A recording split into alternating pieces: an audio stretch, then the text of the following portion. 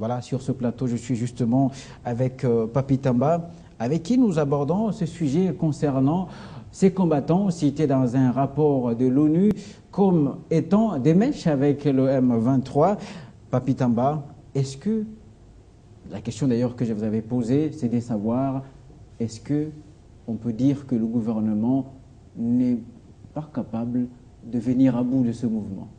Non, le gouvernement ne peut pas être incapable de venir à bout de cet élément. Oui. Le gouvernement devait tout simplement se donner plus de moyens, plus de volonté pour arriver au bout de cet événement.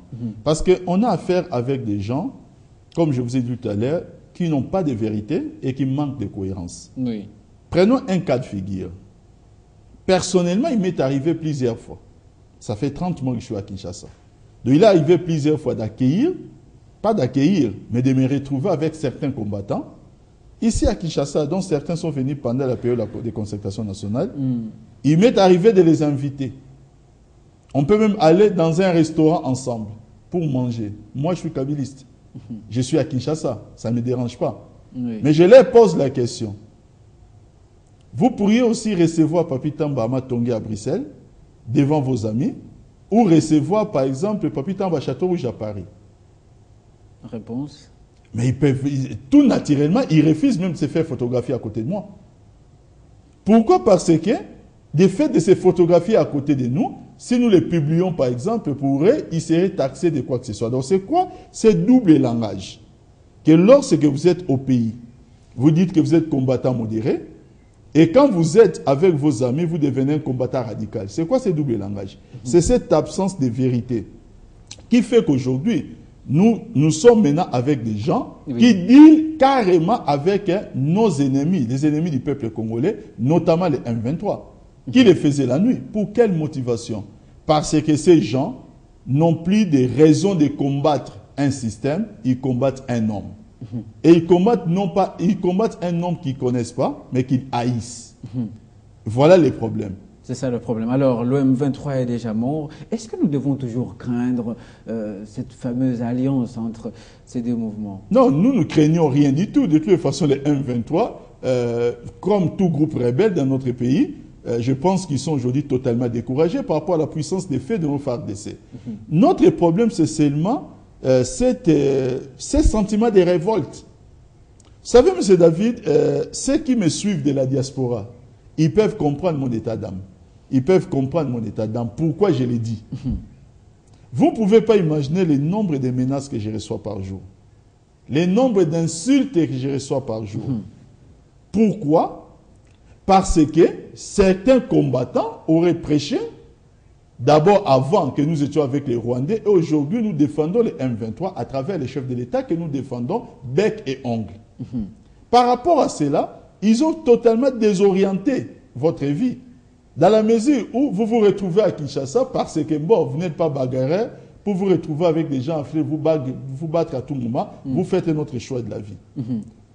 Mais lorsque vous apprenez un matin que ces gens-là qui ont fait ça, ça, ça et ça dans votre vie, jusqu'à désorienter votre vie, en réalité, eux-mêmes la nuit, ce sont eux qui dealaient avec ces gens-là. Comprenez ce sentiment de révolte. Vous savez, ça me rappelle dans la Bible, ça me rappelle que le Christ a été accusé par les pharisiens. Les pharisiens ont dit à Jésus-Christ qu'il chassait les démons par Belzébuth, le prince des démons. Le Christ les a regardés droit dans les yeux en leur disant, si moi je chasse les démons par Belzébuth, et vous, par qui les chassez-vous? Voilà pourquoi vos propres fils seront vos juges. La vérité est têtue.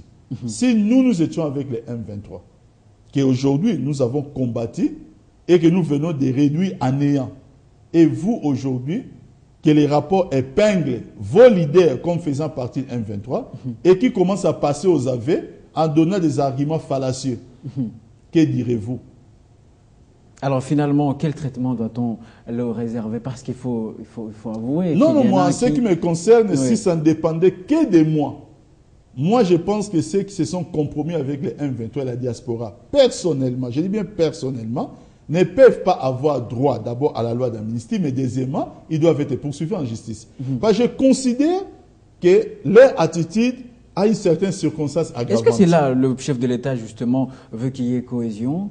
La cohésion, Ouais. la cohésion n'est pas l'ennemi, la justice, c'est la vérité. Je pense que l'exemple et la cohésion que nous avons en Afrique, c'est l'Afrique du Sud.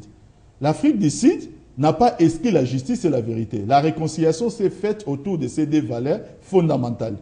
Aujourd'hui, nous voudrions bien que ces gens aient le courage, par exemple, d'aller voir leurs amis combattants pour dire que réduisons à néant notre combat parce qu'en réalité, nous vous avons menti. Nous avons accusé les autres des choses que nous faisons nous-mêmes. Cette prise de responsabilité peut-être atténuerait certaines choses. Mais du fait qu'ils vont encore dans des arguments fallacieux pour maintenant chercher à justifier leur présence au M23, je dois ici rappeler que si le M23 n'a pas été défait, ces gens-là seraient toujours jusqu'à aujourd'hui au M23.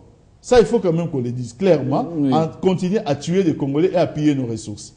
Donc, il faudrait au moins que nous puissions, et ça, c'est une occasion pour moi, en tout cas personnellement en tant que Congolais de la diaspora, d'appeler l'autorité congolaise à plus de vigilance vis-à-vis de ces mouvements de combattants et peut-être, même dans certaines prises de position, de savoir qu'il y a de nombreuses personnes qui les connaissent dans ces pays qui pourraient peut-être les consulter pour savoir comment nous devons prendre certaines orientations. Parce que lorsqu'on a affaire avec des gens qui commandent dans les mensonges et dans l'absence de cohérence, il y a lieu de faire attention. Est-ce qu'une démarche diplomatique ne peut pas faciliter à ce que le climat soit au moins apaisé entre le gouvernement et ce mouvement?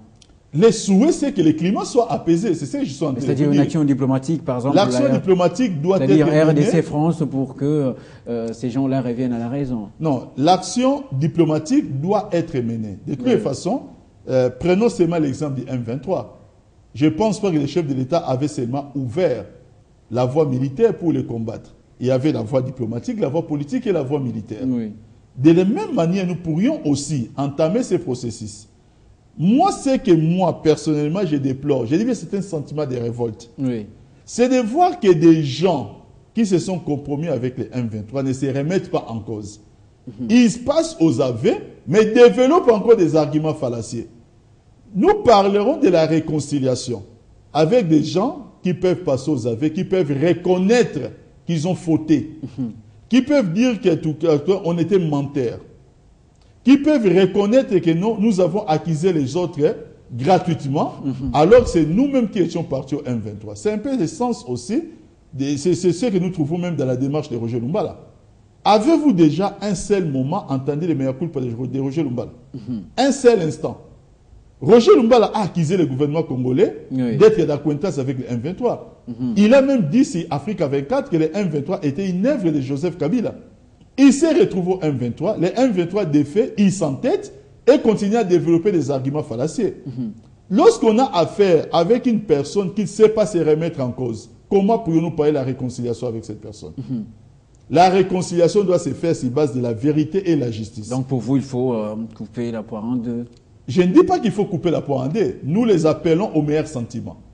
Nous les appelons au meilleur sentiment pour dire qu'au moins qu'ils reconnaissent qu'ils ont fauté et qu'ils reconnaissent qu'ils sont rangés du mauvais côté de la République pour nous rejoindre en vue d'une cohésion nationale qui puisse être saine. C'est là la vérité que nous voulons avoir de leur part. On dit que mais sinon, s'ils ne le font pas, la justice aussi peut faire son travail. Voilà. Alors, on dit que la plupart d'entre eux auraient déjà acquis d'autres nationalités. Est-ce que ce n'est pas aussi quelque chose qui bloquerait même le processus de leur réintégration ou de leur changement? Écoutez, lorsqu'on a acquis une autre nationalité, ça devait être un motif suffisant pour ne pas être combattant. En toute logique. On ne peut pas être combattant selon les propres logiques lorsqu'on n'est plus congolais, au moins en termes de nationalité. Oui. Puisque la nationalité d'origine n'a rien de formel par rapport aux dispositions institutionnelles. Vous comprenez? C'est-à-dire qu'il n'y a rien que vous pourriez faire au plan des institutions en essayant de mettre en avant votre origine à la nation congolaise. On va juste regarder la formalité, bien entendu, légale de votre nationalité. Donc ça devait être un motif suffisant. Bon, qu'à cela ne tienne, ils sont congolais et ils se disent qu'ils ont droit d'en parler. Ils ont droit peut-être de parler des choses qui concernent notre pays et qu'ils ont droit de développer un certain comportement. Mais pas jusqu'à se compromettre avec l'ennemi. Là, ça devient grave. En Afrique du Sud, la réconciliation s'est faite sur base de la vérité. et de la justice. Et la justice. Nous voulons aussi une réconciliation. Nous ne disons pas que nous sommes contre la réconciliation entre les Congolais. Merci beaucoup. Qu'elle se repose sur la vérité et sur la justice. La vérité et la justice, ce sont les derniers propos de Papi Tamba qui intervenait à propos de ce rapport des experts de l'ONU qui indexerait quelques éléments des combattants comme étant de mèche avec le M23. Merci donc à vous, Papi Tamba. Merci, M. Claude.